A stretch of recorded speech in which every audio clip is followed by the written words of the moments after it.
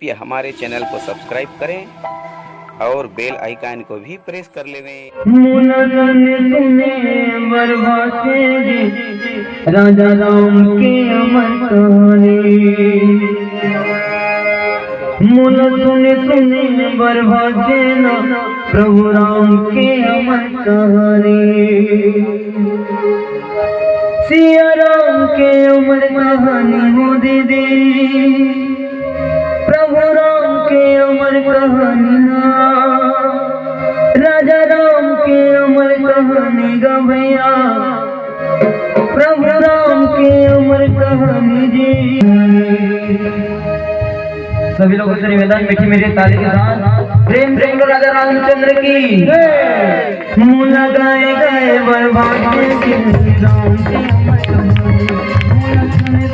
बर्बाद राम के अमर कहानी मुला गाए गाए बर्बाद राम के राम के अमर कहानी राम के अमर कहानी का भैया राम के अमर कहानी जी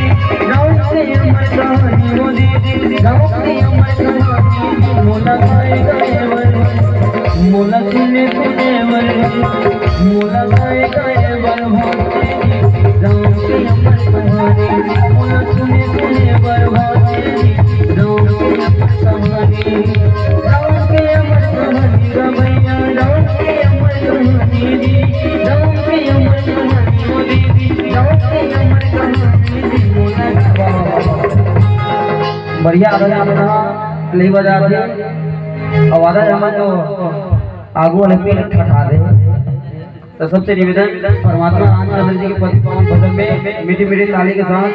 दोनों हाथ ऊपर करके सबसे निवेदन दोनों हाथ ऊपर करके प्रेम से बोलो राजा रामचंद्र की सिया राम के अमर कहानी गा भैया राम के अमर कहानी जी राम के अमर कहानी गा भैया राम के अमर कहानी जी मोला गाए गाए मोला सुने सुने मोला गाए गाए जी राम के अमर कहानी मोला सुने